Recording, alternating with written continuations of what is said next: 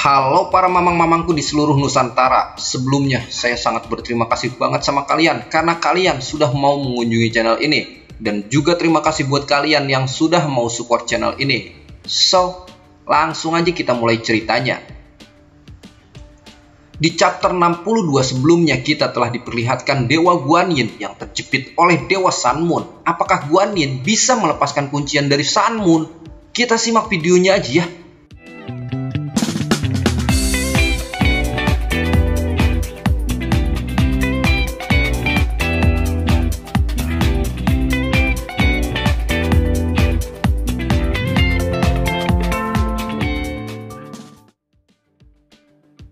Oke Mang, di chapter 63 kali ini cerita pun akan membawa kita ke alam baka nih Mang. Dimana ini adalah api penyucian dan mereka semua yang sedang menunggu Wukong kembali. Dan buat kalian kan kemarin masih banyak yang bingung ya, kenapa Wukong dan Shao Wujing sudah berada di jalur monster. Padahal yang kita tahu bahwa Wukong berada di dalam kurungan Qiju Tianlao milik Siti Garba. Nah, jadi ceritanya saat Siti Garba mengabulkan permintaan Wukong yang ingin kembali, Siti Garba pun akhirnya melepaskan Wukong. Dan Wukong pun kembali ke tempat master reinkarnasi. Jadi ceritanya ini adalah sebelum Wukong berada di jalur monster. Mereka yang melihat Wukong telah kembali pun sangat senang. Karena sebenarnya Wukong hampir saja terlambat. Waktu yang diberikan oleh master reinkarnasi selama 3 jam hampir habis. Sesampainya Wukong bersama mereka, Wukong mengatakan, "Bukankah aku sudah menyuruhmu untuk pergi?"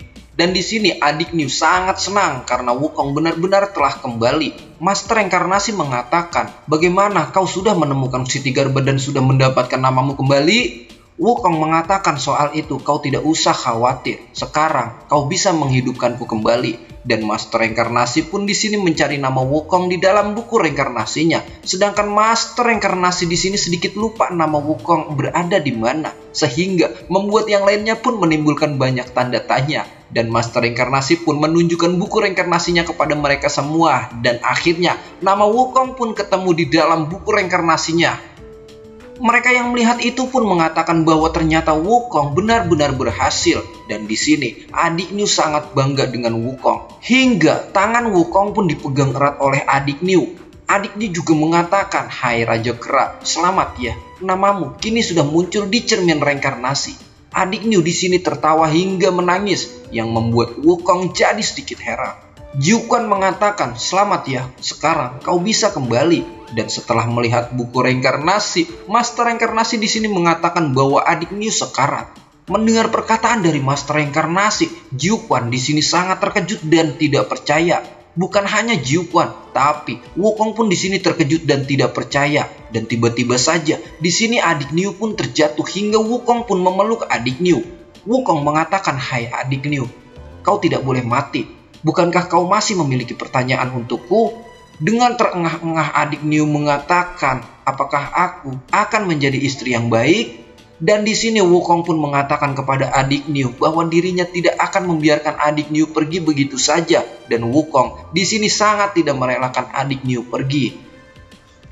Dan kita pun akan dibawa ke jembatan reinkarnasi. Di sini Wukong membawa adik Niu ke jembatan reinkarnasi dan diikuti juga dengan Shao Wujing di belakang Wukong. Saat perjalanan, Master reinkarnasi mengatakan, "Hai Raja Kera, adik Niu sangat merindukanmu," yang menyebabkan 3 jiwa terpisah antara hidup dan matinya. Anda tidak perlu mengambil tubuh adik Niu. Gunakanlah mantra yang aku ajarkan untuk mengembalikan jiwanya agar tetap hidup dan dia bisa dilahirkan kembali.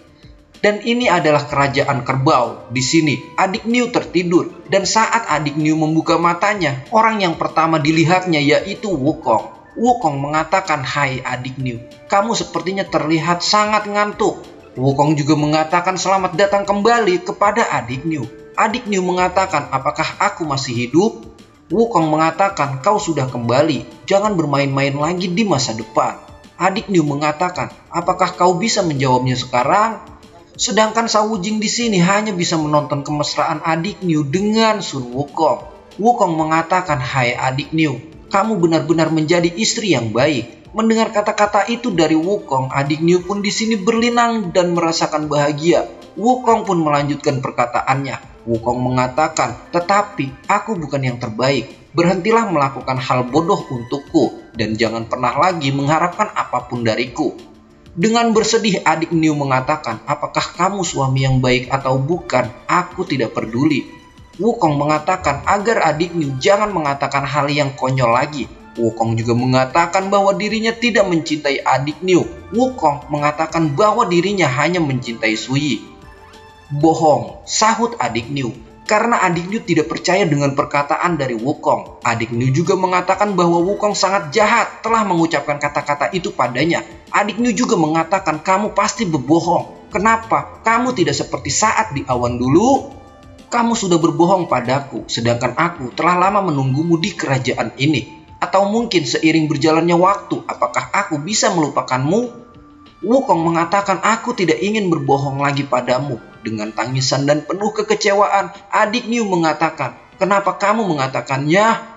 Selama ini adik Niu selalu teringat pada perkataan Wukong dahulu. Wukong pernah mengatakan, hai adik Niu kecil, kau akan menjadi istri yang baik. Kata-kata itu selalu diingatnya dan tak pernah bisa dilupakan oleh adik Niu. Dan di sini tibalah Raja Kerbau. Raja Kerbau mengatakan, hai Niu Xiaomei, hatimu sangat sakit, hatiku pun ikut sangat sakit.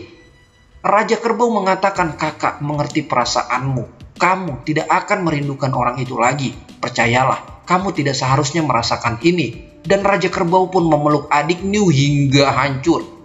Wukong yang melihat itu pun sangat terkejut. Raja Kerbau mengatakan, adikku, kini hatimu tidak akan terluka lagi. Di sini Wukong hanya bisa diam dan melongo. Raja Kerbau pun pergi meninggalkan Wukong. Tapi di sini Wukong mencoba untuk mengejar Raja Kerbau. Raja Kerbau mengatakan, jangan mendekati jika kau tidak ingin mati. Hingga akhirnya Wukong pun tidak mengejarnya lagi. Dan Raja Kerbau pun pergi meninggalkan Wukong. Dan tanpa diduga, di sini Raja Kera pun meneteskan air matanya. Dan cerita pun akan dialihkan ke Guanyin dulu nih Mang. Sun Moon mengatakan, hahaha, bahkan jika kau menghancurkan pedangku, aku tetap bisa menundukkan kepalamu. Guanyin mengatakan bahwa duri beracun yang telah menempel pada tubuhnya itu menjadi liar dan sulit. Jadi dirinya harus memaksanya keluar secepat mungkin. Tapi situasinya sedikit tidak baik. Tapi bagaimanapun caranya, Guanyin harus mencobanya. Guanyin pun berteriak sekeras-kerasnya. Guanyin juga mengatakan agar semuanya pergi dari dirinya. Dan Guanyin pun di sini langsung mengeluarkan jurus 1000 pedangnya. Hingga jurus matahari dari Sun Moon pun telah dihancurkan. Sun Moon pun di sini terpental sangat keras. Sedangkan para Jinggang, Jenderal Barat dan Jenderal Timur di sini mencoba untuk menyerang Guanyin. Meskipun telapak mereka semuanya mengenai Guanyin, tapi Guanyin di sini langsung mengeluarkan kemarahannya sehingga semua yang berada di dekatnya pun terpental. Para Jinggang, Jenderal Timur dan Jenderal Barat di sini terkejut. Di sini tangan mereka semua masing-masing terluka. Mereka berpikir bahwa tangannya ini terkena racun atau mungkin dia mendapatkan serangan balik ketika memukul Guanyin. Sedangkan di sini terlihat Sun Moon yang sudah berkeringat. Kepalanya pun diraih oleh Guanyin. Guanyin mengatakan, kau bilang kau mau menundukkan kepalaku atau aku yang akan menundukkan kepalamu? Guanyin juga mengatakan perlawanan yang tidak berarti akan ditukar dengan kehancuran. Apakah kamu tidak ingin membawaku ke tempat Taisang Laojun? Aku ingin jawabanmu sekarang. Dan kita pun akan dialihkan ke surga 33 nih Mang. Dimana ini adalah persemayaman tempat Taisang Laojun. Di sini mereka semua mencari Taisang Laojun. Dan di sini Sun Moon merasakan bahwa Taisang Laojun telah datang. Benar saja, saat Guanyin menoleh ke belakang, tiba-tiba kertas segel Taisang Laojun pun langsung mengarah ke Guanyin. Taisang Laojun juga menggunakan rantai segelnya. Dan dari atas Guanyin, Taisang Laojun mengatakan, hai Guanyin, sadarlah. Dan dari atas juga Taisang Laojun telah muncul. Taisang Laojun mengatakan, kau sudah dikendalikan oleh iblis. Taisang Laojun pun langsung menancapkan jarinya ke jidat Guanyin. Hingga dari jidat Guanyin itu pun muncratlah darah yang deras. Dan Shishinji Season 6 chapter 63 di sini pun bersambung. Langsung kita lanjut ke chapter selanjutnya aja ya. Dan buat kalian yang belum subscribe, langsung pencet tombol subscribe aja dan aktifin loncengnya. Biar kalian gak ketinggalan chapter selanjutnya dari channel cerita saya. Dan jangan lupa juga untuk tinggalkan like. Karena dengan like dari Mamang, Mimin Cerita saya akan lebih bersemangat menghadirkan video Shishinji chapter ini. Mimin di sini pamit and